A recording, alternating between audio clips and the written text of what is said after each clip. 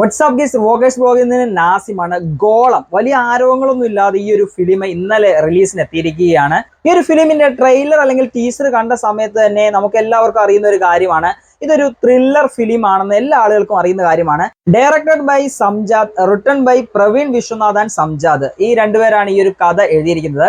സ്ക്രിപ്റ്റിനെ കുറിച്ച് പറയുകയാണെങ്കിൽ അത്യാവശ്യം നല്ല ഡീസന്റ് ആയിട്ട് നല്ലൊരു വേരിറങ്ങുന്ന രീതിയിലുള്ള ഒരു സ്ക്രിപ്റ്റ് ആണ് ഈ ഒരു ഫിലിമിന് വന്നിരിക്കുന്നത്. അതുകൊണ്ട് തന്നെ ഈ ഒരു ഫിലിമിന് നല്ലൊരു നിലനിൽപ്പുണ്ട്. തുടക്കം മുതൽ നമുക്ക് എൻഗേജ്ഡ് ആയിട്ടാണ് ഈ ഒരു ഫിലിം പോകുന്നത്. ഈ ഒരു ഫിലിമിന്റെ വൺ ലൈൻ സ്റ്റോറിയിലേക്ക് വന്നു കഴിയുകയാണെങ്കിൽ, ഒരു കമ്പനിയിൽ ഒരു മർഡർ നടക്കുകയാണ്. ഈ ഒരു മർഡർ കണ്ടുപിടിക്കുന്നതും അല്ലെങ്കിൽ ആ ഒരു അന്വേഷണം എങ്ങനെയാണ് മുന്നോട്ട് പോകുന്നതെന്നുമാണ് നമുക്ക് ഈ ഒരു ഫിലിമിലൂടെ കാണാൻ സാധിക്കുന്നത്. ഒരു മിസ്റ്ററി ക്രൈം ത്രില്ലർ ഫിലിമാണ് ഈ ഒരു ഗോളം എന്ന് പറയുന്ന ഫിലിം. അതുകൊണ്ട് തന്നെ ത്രില്ലർ ഫിലിംസ് ഒക്കെ ഇഷ്ടപ്പെടുന്ന ആളുകൾക്ക് വളരെയധികം ഇഷ്ടപ്പെടുന്ന ഒരു ടോണിലാണ് ഈ ഒരു ഫിലിം മുന്നോട്ട് പോകുന്നത്. എനിക്ക് ഈ ഒരു ഫിലിമിന്റെ ഒരു പ്രത്യേകത എന്ന് തോന്നിയത്, നമ്മളെപ്പോഴും ഒരു ത്രില്ലർ ഫിലിം കാണുമ്പോൾ ഒരു ഉദ്യോഗസ്ഥന്റെ കൂട്ടത്തിൽ, ഒരു പോലീസ് ഉദ്യോഗസ്ഥന്റെ കൂട്ടത്തിൽ ഒരുപാട് ക്രൂ മെമ്പേഴ്സ് കാണും. പക്ഷെങ്കിൽ നമുക്ക് ഇതിലെ നായകൻ രഞ്ജിത്ത് സജീവൻ എന്ന് പറയുന്ന ആ ഒരു വ്യക്തി പോലീസ് വേഷം കൊടുത്തിരിക്കുന്ന വളരെ നൈസ് ആയിട്ടാണ് കൈകാര്യം ചെയ്തിരിക്കുന്നത്. കാരണം മറ്റൊന്നുമല്ല, ഒരു ക്രൂവും ഇല്ലാതെ ഒരു വൺ മാൻ ഷോ ഒറ്റയ്ക്കാണ് ഈ ഒരു കേസ് കണ്ടുപിടിക്കുന്നത്. ആ ഒരു കാര്യം പറയുകയാണെങ്കിൽ വളരെ നല്ലതായിട്ട് എനിക്ക് തോന്നി. കാരണം മറ്റൊന്നുമല്ല, ഈ ഒരു വൺ മാൻ ഷോ ആ ഒരു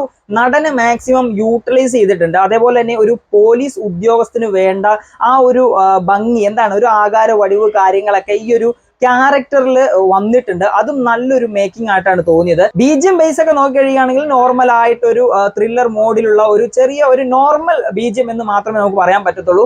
ഇപ്പോൾ ഇറങ്ങുന്ന എല്ലാ ഫിലിമിലും എന്താണെന്ന് അറിയുന്നില്ല, ഒരു സെക്കൻഡ് പാർട്ട് വരുന്ന രീതിയിലാണ് കൊണ്ടു നിർത്തുന്നത്. നമുക്ക് ലാസ്റ്റ് ഇറങ്ങിയ തലവനാണെങ്കിലും ടർബോ ആണെങ്കിലും നമുക്കൊരു സെക്കൻഡ് പാർട്ട് പ്രതീക്ഷിക്കാൻ പറ്റുന്ന രീതിയിലാണ് കൊണ്ടു നിർത്തിയിരിക്കുന്നത്.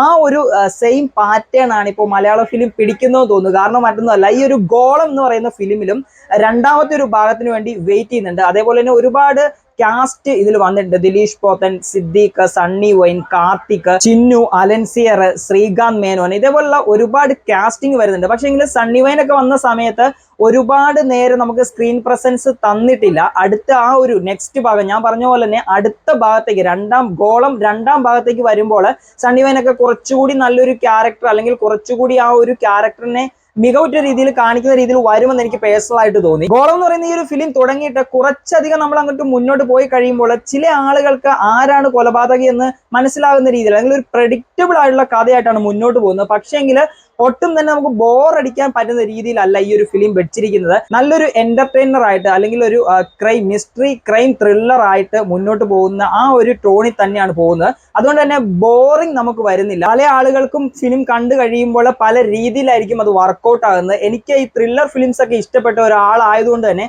അത്യാവശ്യം നല്ലൊരു ഫിലിം ആയിട്ടാണ് ഈ ഒരു ഗോളം എന്ന് പറയുന്ന ഫിലിം തോന്നിയത്. ഏതായാലും ഇതിൽ കാസ്റ്റിംഗ് ഒക്കെ നല്ല രീതിയിലാണ് വെച്ചിരിക്കുന്നത്. എനിക്ക് എസ്പെഷ്യലി രഞ്ജിത്ത് സജീവന്റെ ആ ഒരു പോലീസ് ക്യാരക്ടർ വളരെയധികം ഇഷ്ടപ്പെട്ടു. അത്യാവശ്യം നല്ലൊരു തിയേറ്റർ എക്സ്പീരിയൻസ് തരുന്ന ഒരു ഫിലിം തന്നെയാണ് ഗോളം എന്ന് പറയുന്നത്. ഏതായാലും നിങ്ങൾ തിയേറ്ററിൽ പോയി ഈ ഒരു ഫിലിം കണ്ട ആളുകളാണെങ്കിൽ ഉറപ്പായിട്ട് നിങ്ങൾക്ക് എന്താണ് തോന്നിയെന്ന് കമന്റ് ബോക്സിൽ രേഖപ്പെടുത്തുക.